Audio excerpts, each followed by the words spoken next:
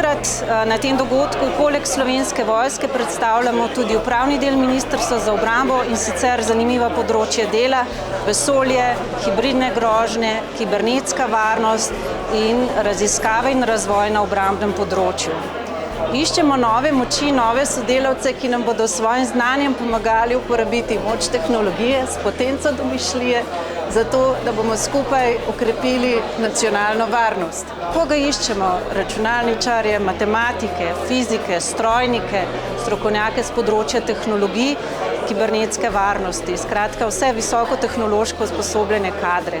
Ponujemo možnost strokovnega usposabljanja doma in v tujini, intenzivno mednarodno sodelovanje s svojimi partnerji, Evropsko unijo, NATO, drugimi partnerskimi državami, intenzivno raziskovalno in razvojno sodelovanje znotraj zavezništev in ne nazadnje dobro delovno okolje, nove izzive, ki jih nikoli ne zmanjka. Naša naloga je, da skrbimo za zračni prostor Republike Slovenije in zavezništva. Jaz sem sicer sistemski administrator, skrbim za sisteme in opremo, ki jo uporabljamo v Centru za nadzor in kontrolo zračnega prostora, kamor so povezani različni sistemi, med drugim tudi radarski sistemi dolgega dosega in povezave z sosednjimi državami pri izmenjavi zračnega prostora, slike zračnega prostora.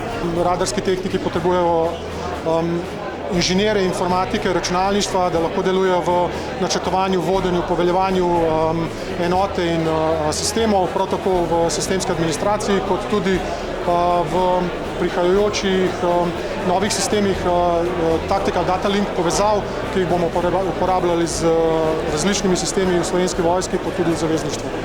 Prihajam iz 9. bataljona zračne obrambe, delam pa v sektorju 6, to je sektor za komunikacijo in informatiko.